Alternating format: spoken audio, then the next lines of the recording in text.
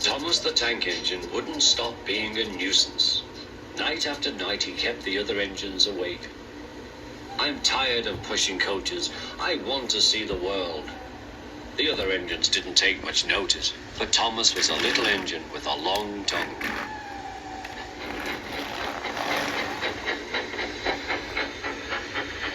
But one night, Edward came to the shed. He was a kind little engine and felt sorry for Thomas. I've got some freight cars to take home tomorrow. If you take them instead of me, I'll push coaches in the yard. Thank you, said Thomas. That will be nice.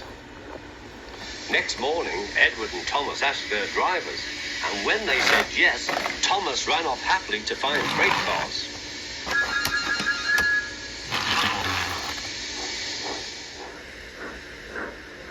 Now the freight cars are silly and noisy. They talk a lot and don't attend to what they are doing.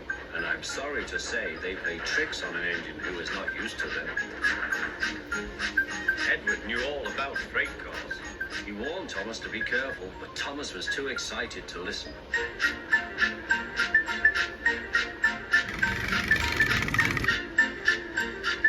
The shunter fastened the coupling, and when the signal dropped, Thomas was ready. The conductor blew his whistle. Peep, peep, answered Thomas, and started off. But the freight cars weren't ready. Oh, oh, oh, they screamed, wait, Thomas, wait. But Thomas wouldn't wait. Come on, he bubbled. All right, don't fuss. All right, don't fuss, grumbled the cars.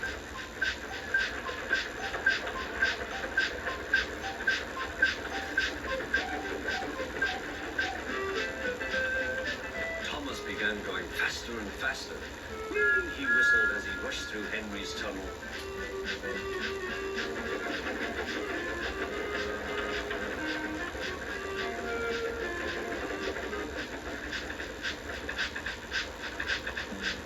Hurry, called Thomas. He was feeling very proud of himself, but the cars grew crosser and crosser. At last, Thomas slowed down as he came to Gordon's Hill.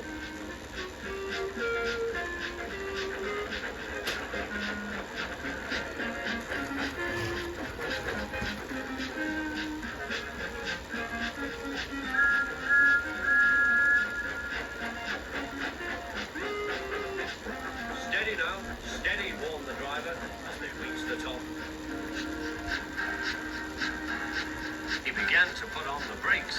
We're stopping, called Thomas. No, answered the cars, bumping into each other. Go on. Before the driver could stop them, they had pushed Thomas down the hill and were rattling and laughing behind him.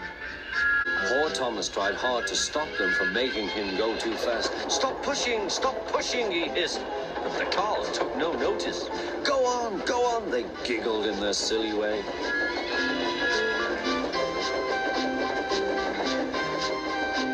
There's the station. Oh dear, what shall I do, he cried. Rattled straight through and swerved into the goods yard. Thomas shut his eyes. I must stop. When he opened his eyes, he saw he had stopped just in front of the buffers.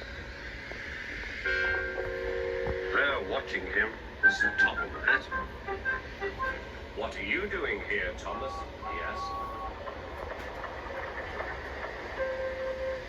I brought Edward's freight cars, Thomas answered. Why did you come so fast? I didn't mean to. I was pushed, said Thomas. You've got a lot to learn about freight cars, Thomas. After pushing them about here for a few weeks, you'll know almost as much about them as Edward. Then you'll be a real